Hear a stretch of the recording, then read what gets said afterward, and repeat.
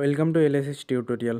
কলকাতা বিশ্ববিদ্যালয়ের ইতিহাস অনার্সের সকল স্টুডেন্টদেরকে এলএসএস টিউটোরিয়াল চ্যানেলে ওয়েলকাম জানাই। তোমাদের আজকের ভিডিওটা থার্ড সেমিস্টারের স্টুডেন্টদের জন্য। তোমাদের থার্ড সেমিস্টারের যে সেকশন 3 এর পেপারটি রয়েছে সেই পেপারেরই একটা গুরুত্বপূর্ণ 10 মার্কসের প্রশ্ন অ্যান্সার ভিডিওর মাধ্যমে শেয়ার করে দেবো।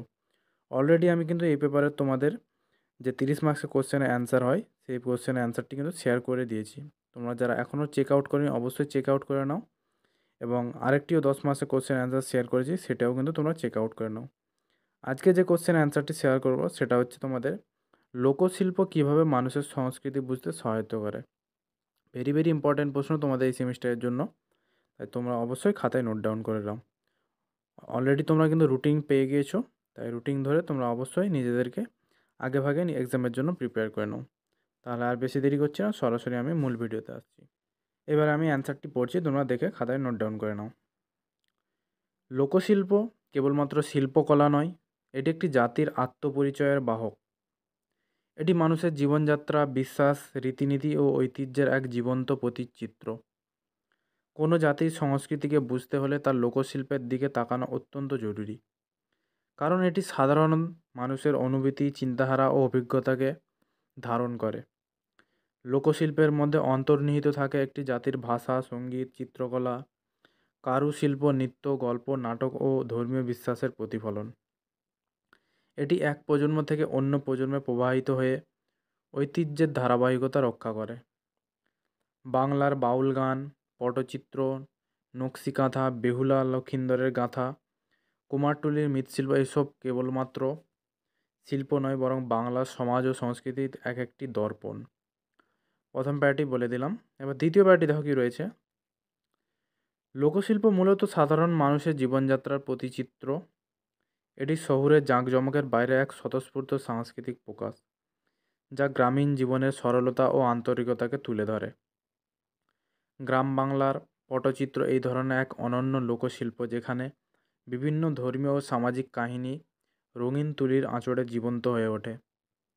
যেমন মনসামঙ্গল কাব্যের চিত্রিত পট বা রামায়ণ মহাভারতের কাহিনী পটচিত্রের মাধ্যমে সাধারণ মানুষের কাছে পৌঁছে দেওয়া হতো। একইভাবে নকশিকাঁথায় গ্রামীণ নারীরা সূচি শিল্পের মাধ্যমে তাদের কল্পনা, স্বপ্ন, দৈনন্দিন জীবনের চিত্র ফুটিয়ে তুলতেন। দুটি প্যারা বলে দিলাম। পরবর্তী প্যারায় যাওয়ার আগে বলে রাখি, তোমাদের 10 মার্কসের কোশ্চেন অ্যান্সার মোটামুটি 500 ওয়ার্ডের মধ্যে লিখতে হয়। আমি কিন্তু তোমাদের 10 মার্কসের কোশ্চেন অ্যান্সার 7 থেকে 8টি প্যারার মধ্যে যথার্থ শব্দের মধ্যে দেওয়ার চেষ্টা করি। তাই তোমরা অবশ্যই খাতায় নোট ডাউন করে তোমাদের সুবিধা অনুযায়ী কোশ্চেনটিকে রেডি করে পড়ে নিতে পারো। পরবর্তী প্যারা দেখো কী রয়েছে। লোকশিল্পের আরেকটি গুরুত্বপূর্ণ দিক হলো এটি সামাজিক ও ধর্মীয় বিশ্বাসকে তুলে ধরে। বাংলার কুমোরটুলির মৃৎশিল্প এর এক উজ্জ্বল উদাহরণ, যেখানে প্রতি বছর দুর্গাপূজা, সরস্বতী পূজা বা কালী পূজার জন্য বিভিন্ন দেবদেবীর মূর্তি তৈরি করা হয়। এই মূর্তিগুলো কেবলমাত্র ধর্মীয় উপাসনার জন্য নয়, বরং বাংলার লোক সংস্কৃতিরও অন্যতম গুরুত্বপূর্ণ অংশ। একইভাবে গম্ভীরা ও যাত্রাপালা লোকনাট্যের মাধ্যমে ধর্মীয় ও সামাজিক বার্তা মানুষের কাছে পৌঁছে দেওয়া হতো। লোকশিল্পের এই ধর্মীয় দিকটি একদিকে যেমন মানুষের ধর্মীয় চেতনার বিকাশ ঘটিয়েছে, তেমনি সমাজের বিভিন্ন মূল্যবোধ ও আদর্শকে প্রজন্মের পর প্রজন্ম ধরে বাঁচিয়ে রেখেছে। পরবর্তী প্যারা দেখো কী রয়েছে। সঙ্গীত ও কাব্যের ক্ষেত্রেও লোকশিল্প গুরুত্বপূর্ণ ভূমিকা পালন করে। বাংলার বাউল গান, ভাটিয়ালি, কবিগান শুধু বিনোদনের মাধ্যমে নয়, বরং এগুলো সমাজের নানা সমস্যার প্রতিফলন ঘটায়। বাউল গান, বিশেষ করে লালন ফকিরের গান, শুধু সুরের মাধুর্য নয়, বরং গভীর দার্শনিক চিন্তাধারা বহন করে। নদীবাহিত বাংলার জেলেদের জীবন, তাদের সংগ্রাম ও স্বপ্নের প্রতিচিত্র আমরা ভাটিয়ালি গানে দেখতে পাই। আবার জারি সারি গানের মাধ্যমে ধর্মীয় বা ঐতিহাসিক ঘটনাবলী সাধারণ মানুষের কাছে সহজ ভাষায় উপস্থাপন করা হতো। এসব গান লোকশিল্পের অন্যতম ধারক এবং তাৎপর্যপূর্ণ ঐতিহ্য, যা মানুষের সংস্কৃতিকে বুঝতে সহায়তা করে। তারপর দেখো কী রয়েছে। লোকশিল্প মানুষের দৈনন্দিন জীবনে নান্দনিকতার প্রতিফলনও ঘটায়। বাংলার কারুশিল্প, যেমন কাঠের পুতুল, শীতলপাটি, জামদানি শাড়ি, মৃৎশিল্প ইত্যাদি কেবলমাত্র ব্যবহারিক জিনিস নয়, বরং প্রতিটিই এক একটি শিল্পকর্ম। জামদানি শাড়ি বা মসলিন বস্ত্র শুধু বাংলার গর্ব নয়, এটি বাংলার ইতিহাস, অর্থনীতি ও সংস্কৃতির একটি প্রতীক। এগুলি লোকশিল্পের টিকে থাকার ক্ষমতাকে প্রমাণ করে এসব শিল্প সাধারণ মানুষের সৃজনশীলতা ও সংস্কৃতির প্রতি ভালোবাসার পরিচয় বহন করে। তারপর প্যারা দেখো কী রয়েছে, লোকশিল্প কেবল অতীতের প্রতিফলন নয়, এটি বর্তমান সমাজকেও প্রভাবিত করে। আধুনিক যুগে অনেক শিল্প হারিয়ে যেতে বসেছে, তবে এখনও লোকশিল্প বিভিন্ন উৎসব, মেলা ও সাংস্কৃতিক অনুষ্ঠানের মাধ্যমে টিকে আছে। বাংলার পৌষ মেলা, নবান্ন উৎসব বা বৈশাখী মেলায় বিভিন্ন লোকশিল্প প্রদর্শিত হয়। এখানে এই বানানটা একটু মিস্টেক হয়ে গেছে, তোমরা বিভিন্ন হবে, এটা তোমরা ঠিক করে নাও। তারপর দেখো কী রয়েছে, যা নতুন প্রজন্মকে তাদের শিকড়ের সঙ্গে সংযুক্ত রাখতে সাহায্য করে। আধুনিক ডিজিটাল যুগেও পটচিত্রের শিল্পীরা তাদের কাজের মাধ্যমে আন্তর্জাতিক পর্যায়ে স্বীকৃতি পাচ্ছেন, যা লোকশিল্পের ভবিষ্যৎকে নতুন দিগন্তে নিয়ে যাচ্ছে। তারপরে দেখো, লোকশিল্প ইতিহাস সংরক্ষণ একটি শক্তিশালী মাধ্যম।